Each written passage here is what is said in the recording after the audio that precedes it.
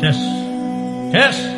কালকে এই একটু পরে মারা যাবো, কালকে এই মুহূর্তে একদিন, পরের দিন 2 দিন, পরের দিন 3 দিন। বিশ্বাস করেন 3 দিন পরে আপনারা যার যার মতো কাজ শুরু করবেন।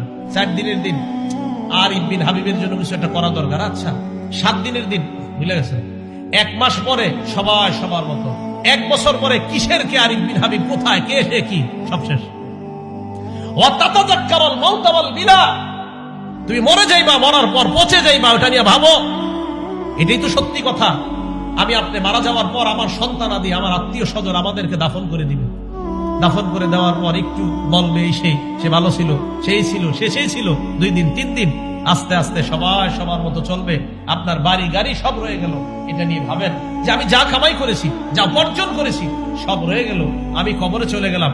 ভাইও আজকে থেকে ভাবেন, আজকে রাতে মাথাটা বালিশে লাগান, একটু সময়ের জন্য ল্যাপটা মুড়ি দেন, কম্বলটা মুড়ি দিয়ে চোখটা খোলেন, দেখবেন আপনি অন্ধকার, কিছু দেখা যায় না।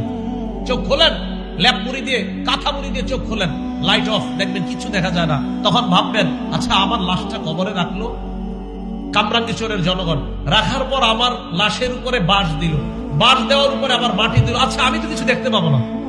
আচ্ছা অন্ধকার, ব্যাপারটা কি? ইমানদার হলে কবর আল্লাহ আলোকিত বানায় দিল। ভাই কথাগুলা ভাবেন। নবীজি বললেন আল্লাহকে লজ্জা পাওয়ার 3 নম্বর অর্থ ওয়াতাযাক্কারুল মাউতা ওয়াল বিলা, তুমি মারা যাইবা, এটা চিন্তা করো।